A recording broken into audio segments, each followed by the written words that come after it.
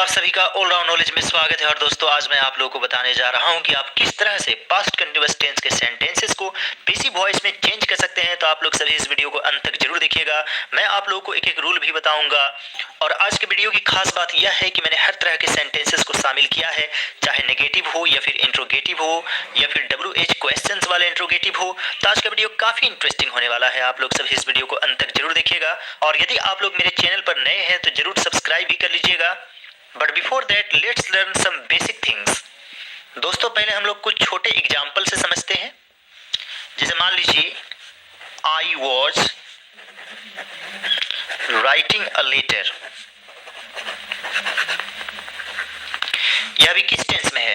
Past continuous tense में है, क्योंकि पास्ट में काम जारी था, मैं एक पत्र लिख रहा था। अब इसे पैसिव वॉइस में बदलना है। अभी यह एक्टिव वॉइस में है। किस वॉइस में?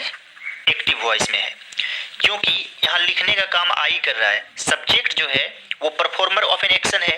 पत्र लिखने का काम कर रहा है कौन? आई कर रहा है, इसलिए यह एक्टिव वॉइस में है। अब हम इसे पैसिव वॉइस में चेंज करेंगे। तो सबसे पहले हम लोग ऑब्जेक्ट ढूंढेंगे। तो इस सेंटेंस में ऑब्जेक्ट क्या है? अ लेटर है ऑब्जेक्ट, यानी किसको लिखा जा रहा है? पत्र को। तो यह ऑब्जेक्ट है, तो इसे हम लोग सबसे पहले लिख देंगे अ लेटर। इसके बाद पत्र एक है इसलिए वॉज लगा देंगे। A letter was being, ING form में being लगाना जरूरी होता है। इसके बाद हमेशा verb 3 यूज होता है। A letter was being written by me, मेरे द्वारा एक पत्र लिखा जा रहा था। उम्मीद करता हूं कि यहां तक आप लोगों को समझ में आ गया होगा। और पैसिव वॉइस में क्या होता है कि अ लेटर क्या है? रिसीवर ऑफ एन एक्शन है। यहाँ पर अ लेटर काम नहीं कर रहा है, बल्कि काम उसको मिल रहा है, उसी पर काम हो रहा है, यानी काम को प्राप्त कर रहा है, यानी कि रिसीवर ऑफ एन एक्शन है। तो यही अंतर होता है एक्टिव वॉइस में और पैसिव वॉइस में। एक्टिव वॉइस में performer of an action subject होता है, और पैसिव वॉइस में परफॉर्मर ऑफ एन एक्शन जो इधर ऑब्जेक्ट होता है वो सब्जेक्ट के रूप में वही बन जाता है। अब मान लीजिए कि यहाँ पर जो है वॉच को पहले कर देते हैं और इस वॉच को अभी हटा देते हैं। Was I writing a letter, क्या मैं एक पत्र लिख रहा था? तो इसमें हम लोग क्या करेंगे? इसमें भी वॉच को पहले कर देंगे। तो यहाँ पर हो जाएगा was a letter being written by me, और फिर यहाँ से ये वॉज हट जाएगा। अब मान लीजिए कि WH क्वेश्चन लेते हैं। जैसे why was I writing a letter. तो यहाँ पर क्या है? Why was I writing a letter. तो यहाँ पर भी क्या हो जाएगा? व्हाई। सबसे पहले क्वेश्चन वर्ड को ही लिखना है। इसके बाद जो है अ लेटर एक है तो वॉज लगा देंगे। Why was a letter being written by me. तो इस तरह से इंट्रोगेटिव सेंटेंसेस को आप लोगों को बनाना है। और यदि सेंटेंस में नॉट रहेगा तो हमेशा नॉट बीइंग होगा। अब हम लोग इन सभी सेंटेंसेस को पैसिव वॉइस में चेंज करेंगे। और कुछ सेंटेंसेस बड़े भी हैं, एडवांस्ड भी हैं। आप जैसा कि देख सकते हैं बहुत बड़े बड़े सेंटेंसेस है और पेज के उस पार भी सेंटेंसेस है।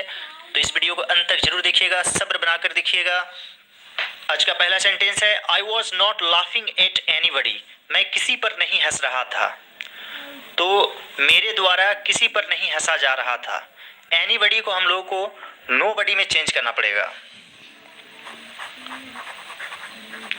और जब नोबडी लिखेंगे तो ये नॉट जो है वो हट जाएगा।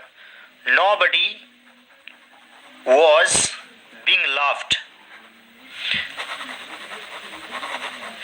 Being laughed by me. Nobody was being laughed by me. They were criticizing me unnecessarily। तो they were criticizing me, यहाँ पर ऑब्जेक्ट क्या है? मी है, और मी को किस में बदलना है? आई में। और आप लोग पार्ट 1 से जरूर देखेंगे, मतलब कि जो सिंपल प्रेजेंट टेंस का मैंने बताया है उसमें बिल्कुल डिटेल से बताया। आप सिलसिलेवार तरीके से सभी वीडियोज को देखेंगे तो आपको ये चीज़ें आसानी से समझ में आ जाएगी। They were criticizing me unnecessarily, तो मी को आई में बदलना है यहाँ पर, और आई के साथ क्या लगता है? Was. I was being criticised. याद रखेंगे कि पूरे पैसिव वॉइस में वर्ब 3 ही लगता है। I was being criticised bye them. unnecessarily.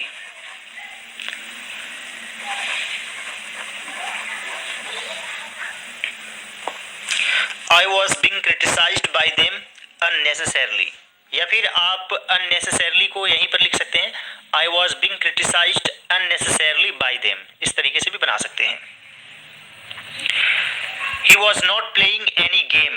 तो यहाँ पर ऑब्जेक्ट है any game, तो यहाँ पर हो जाएगा any game. या फिर जैसे यहाँ पर anybody को nobody में चेंज किए तो यहाँ पर no game से भी शुरू कर सकते हैं, लेकिन no game जब लगाएंगे तो फिर not नहीं लगेगा. Any game was not being played by him. he को किस में बदल देना है? he में. Was someone assisting you to produce the program? तो यहाँ पर देखेंगे कि was पहले है. Was someone assisting you to produce the program? तो यहाँ पर ऑब्जेक्ट क्या है? assisting you, यानी क्या कुछ लोग आपकी मदद कर रहे थे इस प्रोग्राम को प्रोड्यूस करने में. तो यहाँ पर you क्या है? ऑब्जेक्ट है. तो you को पहले लिखेंगे, लेकिन यहाँ पर was How much? सिर्फ 1100. लू या ना लू, लू या ना लू या ना लू.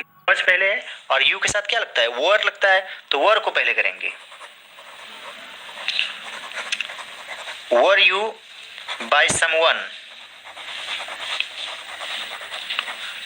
to produce the program?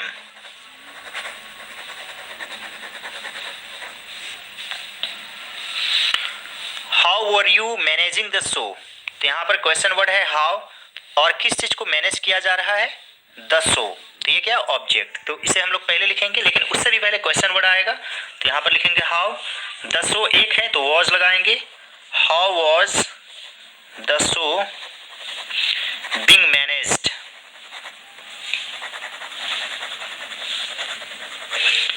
by you? Why was your father not accompanying you? तुम्हारे पिताजी तुम्हारे साथ क्यों नहीं जा रहे थे? तो यहाँ पर you ऑब्जेक्ट है और यहाँ पर क्वेश्चन वर्ड why है, तो why पहले आएगा, you के अनुसार were लगेगा. Why were you not being accompanied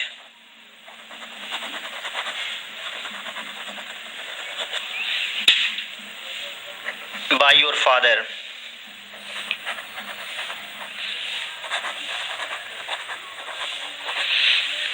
Why were you not being accompanied by your father? How were they managing the factory without skilled labor?